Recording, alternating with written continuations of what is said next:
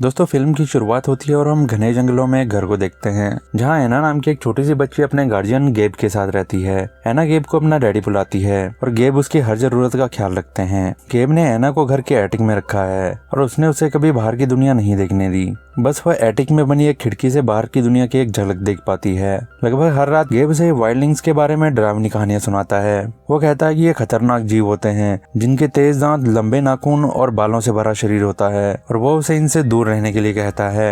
ये कहानियां एना को बहुत डरा देती हैं, लेकिन धीरे धीरे उसकी बाहर के दुनिया के प्रति इंटरेस्ट बढ़ता जाता है। एना को वाइल्डलिंग से बचाने के लिए और एटिक से बाहर जाने से रोकने के लिए गेब ने दरवाजे के हैंडल्स पर करंट लगा दिया था।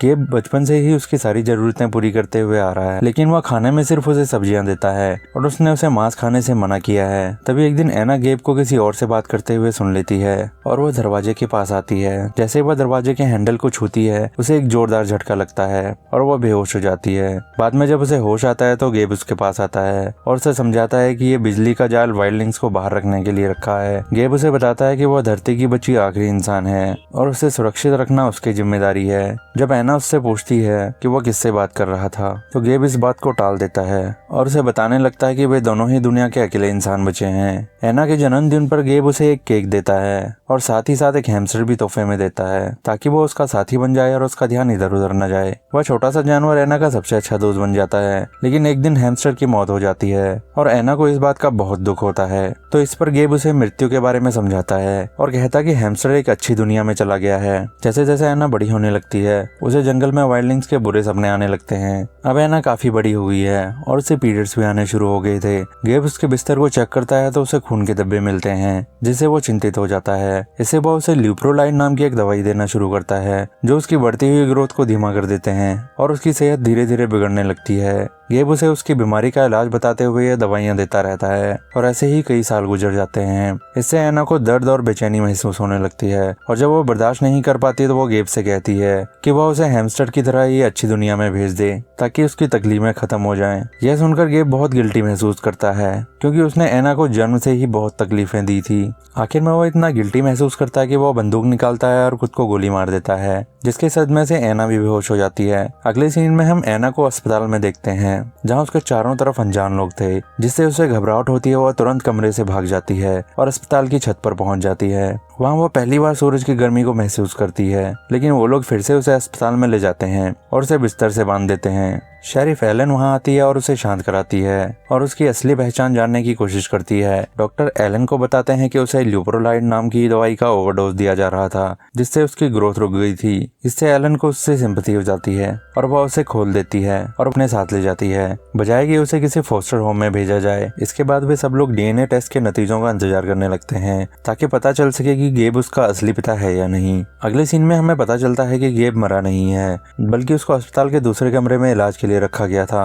कहानी आगे बढ़ती है और एना नई जिंदगी में ढलने लगती है और रे के साथ उसका एक गहरा रिश्ता बन जाता है। रे उसे रिप्रोडक्शन सिस्टम के बारे में बताता है क्योंकि एना को इसके बारे में गलतफहमी थी कि बच्चे कैसे पैदा होते हैं। जैसे जैसे एना जवान होती है तो उसकी एबिलिटीज भी बढ़ने लगती है। उसकी सुनने और सूंघने की क्षमता असाधारण रूप से बढ़ जाती है और उसे नॉर्दर्न लाइट्स और फॉरेस्ट में वाइल्डलिंग्स के सपने आने लगते हैं। एना रे के साथ स्कूल भी जाती है जहां वो अपनी उम्र की लड़कियों के साथ पहली बार मिलती है। इसके बाद वो लाइब्रेरी में जाके अपने सपनों का मतलब ढूंढने लगती है और वाइल्डलिंग्स और नॉर्दर्न लाइट्स के बारे में जानकारी हासिल करने लगती है। एक दिन जब एना स्कूल से लौट रही होती है तो उसे एक हिरन दिखता है और वह उसके पीछे दौड़ने लगती है, लेकिन जब एना लगभग एक शिकारी के जाल में फंसने ही वाली थी तभी एक अजीब आदमी उसे रोक लेता है जिसने अपने ऊपर भेड़िए की खाल पहनी होती है। अगले दिन एना जब लाइब्रेरी में अपने सपनों के बारे में खोज कर रही थी तो उसे अपने नाखूनों पर काले निशान दिखाई देते हैं।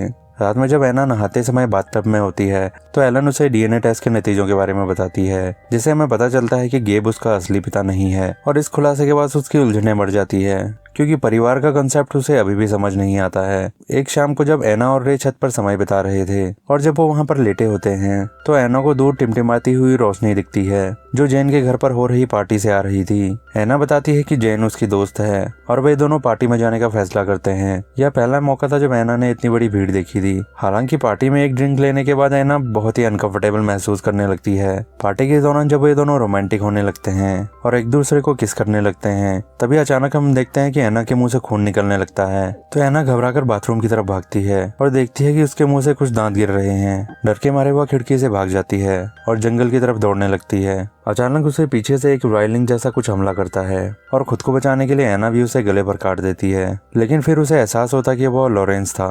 वह उसे उठाने की कोशिश करती है, लेकिन तब तक बहुत देर हो चुकी थी। घबराई हुई एना अपने पुराने घर लौटती है, जहाँ वह एटिक में रहा करती थी। वहाँ वह खुद को साफ करती है और तुरंत शहर की तरफ निकल जाती है। जब वह घर लौटती है तो एलन उससे पूछती है कि वह कहाँ गई थी, लेकिन एना उसे कुछ भी नहीं बताती और बस चुप रहती है। तभी ऑफिसर रोजर वहाँ आता है और वो बताता है कि लॉरेंस गायब हो गया है। इसके बाद एलन एना से सच्चाई जानने की कोशिश करती है, लेकिन एना चुप रहती है। जैसे जैसे दिन बीतते हैं, एना की यह चुप्पी एलन को परेशान करने लगती है।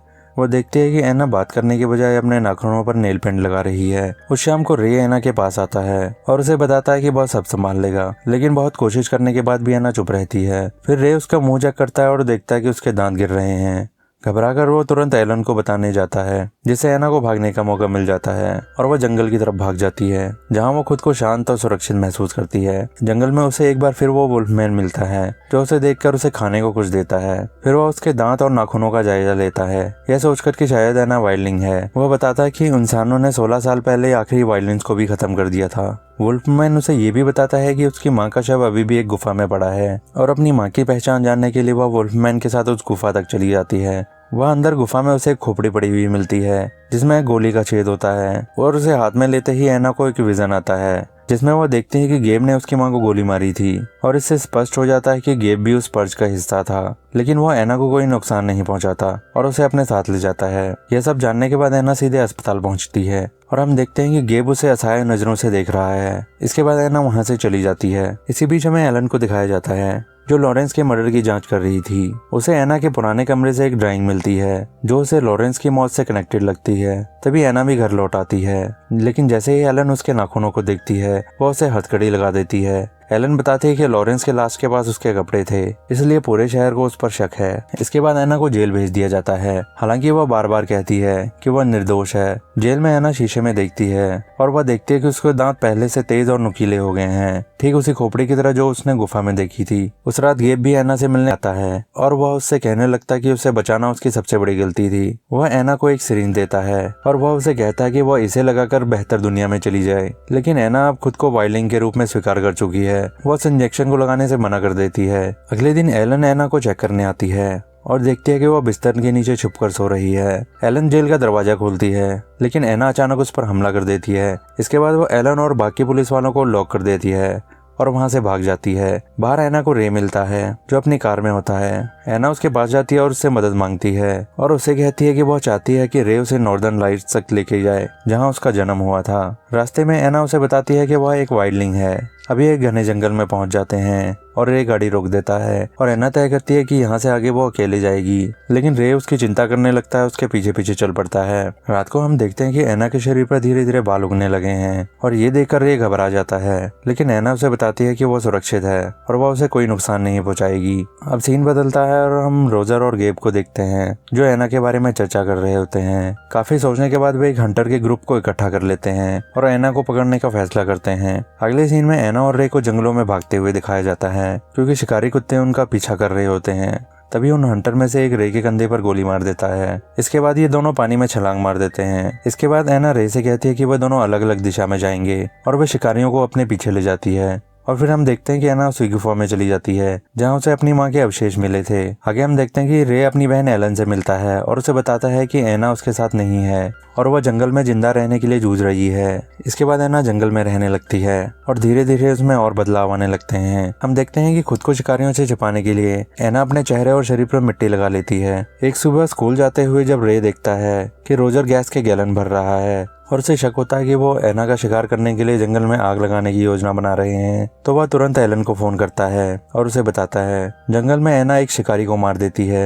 एना पूरी तरह वाइल्डिंग बन चुकी है और पलके झपकते ही लोगों का शिकार कर सकती है। इसी बीच एलन जंगल में एना की मदद करने आती है और वहाँ पड़ी डेड बॉडीज को देखकर डर जाती है। तभी हम रोजर को देखते हैं, जो उसे बंदूक की नोक पर ले लेता है और उसे इस मामले से दूर रहने के लिए कहता है। लेकिन ठीक तभी वहाँ एना पहुँच जाती है और रोजर को भी मार देती है। वह एलन को अपना पेट दिखाती है और यहाँ हमें पता लगता है कि वो प्रेग्नेंट है। अगले सीन में शिकारी जंगल में आग लगा देते हैं, जिससे एना का गुस्सा और भी बढ़ जाता है वह देखती है कि आग उसके घर को भी घेर रही है, जिससे वह इधर उधर भागने लगती है और आखिरकार उसी गुफा में पहुंच जाती है। इसके बाद हम देखते हैं कि गेब उसे ट्रैक कर लेता है और ट्रैंक्विलाइजर से उसे शांत कर देता है, जिससे एना काफी कमजोर हो जाती है और वह जमीन पर गिर जाती है। तभी हम देखते हैं कि गेब उसका पेट फाड़कर उससे बच्चे को निकालना चाहता है, लेकिन एना अपनी बची कुची ताकत को समेटकर गेब की गर्दन पर हमला कर देती है, जिससे उसकी वहीं मौत हो जाती है। जिसके बाद वो गुस्से में जोर से चीखती है और फिर जमीन पर गिर जाती है। जब उसे होश आता है तो वो देखती है कि वुल्फमैन उसके जख्मों को सिल रहा है। अगले दिन एलन और रे जब जंगलों में उसे ढूंढ रहे होते हैं तो उन्हें बहुत दूर एना दिखाई देती है।